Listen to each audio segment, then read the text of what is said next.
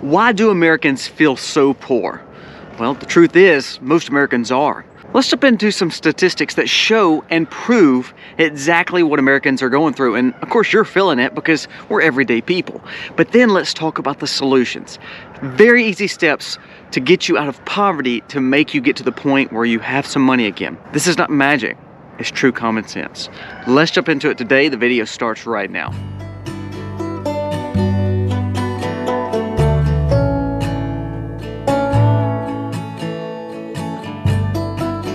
Hey guys, welcome to the Max. Thank you so much for being here. There's a little subscribe button right here. If you don't mind pushing it, give us a thumbs up. That does help us stay in the algorithm because we have been held down.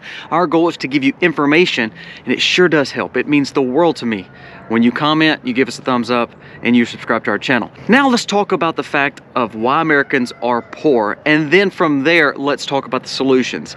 Simple common sense things that probably your grandmother would have told you. So Zero Hedge has an article. It says 62% of Americans live paycheck to paycheck. We've talked about this before. Homelessness is rising at the fastest pace ever recorded in history, with a number of children suffering hunger. 1 in 5 children in America are suffering hunger. According to the new numbers that were just released, a percentage of U.S. adults live paycheck to paycheck. Of course, 62% of adults in December said that they were living paycheck to paycheck, which is up from 58%. 40% of consumers that are living paycheck to paycheck actually are above the poverty line. They actually have money, but don't know how to take care of it. 57% of consumers who own credit cards are living paycheck to paycheck, and they are allowing themselves to go more in debt on credit cards each and every month. 96% of shoppers in December said they will overspend more than they have during the holiday season. Only 23% of that number says that they can probably pay their credit card bills off, that it won't add balances going into 2024. Now that's not good.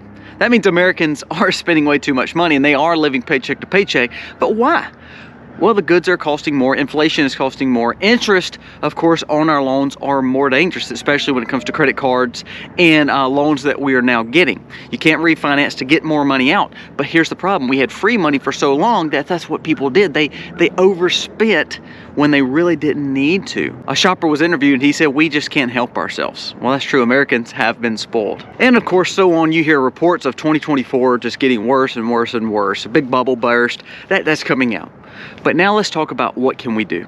How can we get ourselves away from poverty? No matter if you're on fixed income, no matter if you're making great money and you don't know how to not spend it, no matter what, here is your keys to making more money at the end of the month.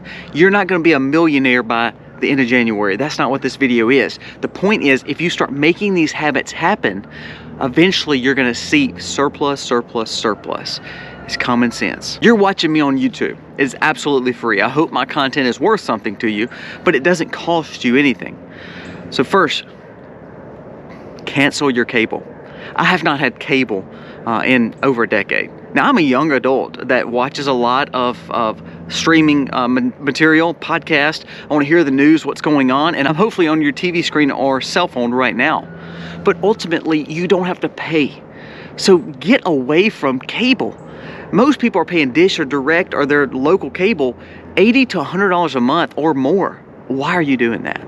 Here's what you do. That's one thing that we have gotten right is streaming services. Now, I don't tell you to go invest in this $10, this $10, this $10, because when you add all of them up, you're probably going to be over $50 or $60 anyway. But try YouTube for a year. Just say, you know what, 2024, I'm not going to pay for watching television. If you want to add Netflix or Hulu or Prime, you know, that's between you and your family. Most of those companies stand for bad things anyway. But just try not having cable or not having subscription-based services to watch television when you have free YouTube. Just a thought. That will save at least $80 to $150 a month. And by the way, you can get news, weather, everything for free on YouTube. So don't pay for cable. No matter how sucky your coffee is, drink your own coffee. Americans are overspending on coffee. It's the trendiest thing to go get some matcha tea or some coffee because it's in a nice little cup and you can order it and they do it for you. Well, convenience costs money. So quit going and buying coffee each and every morning or afternoon. Think about it. A traditional cup of coffee from a coffee house is going to cost you $3 to $7 on average. $3 to $7 over a month. That's $90 to $200 a month on coffee bill. Quit buying coffee out. I know you may like Starbucks, you may like whatever your XYZ coffee house is, and let it be a treat. Once a week, okay, but not every day. Quit buying coffee, and that goes along with quit buying breakfast out. That makes no sense to me. So 2024, I'm a spokesman for Mr. Coffee. No, I'm joking. Go buy a coffee pot, put it at the house, buy your favorite coffee. I would challenge you to buy Hollow Point Coffee Company, but ultimately look at ways to save money, and coffee savings would be huge, and it does not take a lot of work at all. Think about all the money you flush down the toilet. Now that's literal, and I'm not trying to be crass, but let's think about it. How many times do you eat a day? Well, most people eat 2 to 3 meals a day, and then they have some snacks. Well, just think if you didn't eat out any of that, and you were able to buy most of it, cook most of it, meal prep some of it, and not have to eat out at least once or twice a day, kind of like the coffee. You're putting all that money really in a toilet, to be honest with you. It gives us nutrients to live. We know that. That's what food does. But ultimately, you don't have to pay that much for food if you plan correctly and you quit eating out. Again, convenience costs money. So let's stop eating out. Let's not eat any meals out for 1 month. And I promise you, you will have $200 to $300 at least left over at the end of the month. That is so simple. I remember when I was a kid, we never ate out. For some reason, my family we always cooked. I was raised in a very Southern family, so we had meals for breakfast, lunch, and supper. Even when school was going on, we would eat and pack our lunches, but basically, we'd eat breakfast as a family and eat supper as a family. We practice the same thing here at my house. We don't eat out a lot. It's just not a practice. And if we do, it's almost like a kind of a benefit, like a holiday. You know, it makes it special. My kids don't get, fast food every day. If you took that fast food meal every day that you're buying, you would not be broke anymore. Just think, instead of buying it today, make a sandwich and put $5, $6, $7, whatever it typically costs you for that fast food meal, just in a little piggy bank. At the end of the week, that's, $30 to $50 right there. Over a month, that's $200 just for you. Now, say you and your spouse are doing that. Say you, your spouse, and your children are doing that. You're making a world of difference right there. So you wonder how you have a surplus at the end of the month and not have a credit card bill? You quit drinking coffee that someone else does for you, and you quit eating bad food from town and stop eating out, because if you cook it yourself, it's healthier, you're sitting around a table, and also it saves you money. This is my favorite one. Stop buying things to impress someone else. Most of the time, the people that you're trying to impress is people you probably don't like, or you're envious or jealous of, or you just literally want to spite them. There's no purpose in that. Stop buying to impress. I literally work at a place, and I love what I do. However, I literally drive the oldest vehicle there. I literally drive the one that has the highest miles, and I'm just okay with that. I love the guys I work with. I love the people. I love the people I work with. But most people go to an office and they want to dress their best. They want to drive their best, and they want to impress people that they either are envious of, covetous of, or don't like. Why? All because we try to make someone else feel the same things that we're feeling. Quit doing that. Don't worry about what people think, what you have on. I mean, who cares? If you like the jacket, buy the jacket. If you like the car, buy the car. But don't do it to impress someone else, because ultimately you're overspending for it. And also, you don't have to have all the stuff that you want. Understand what wants and needs are. Quit buying to impress people that you don't even like, because it doesn't get you anywhere but more hopelessness to say, well, I got to buy more to make them even more mad. Most people buy to impress people that they don't even really like, or people to make them jealous. And you're actually costing more of your monthly income to do that. So really the joke's on you. And number 5, this is the easiest. Use cash. Use cash. No more cards, cut them up. You know what that means? That means you can't, use Amazon because you have to buy it with a card. That means you can't just swipe just because you think you're going to have the money next month to pay for it.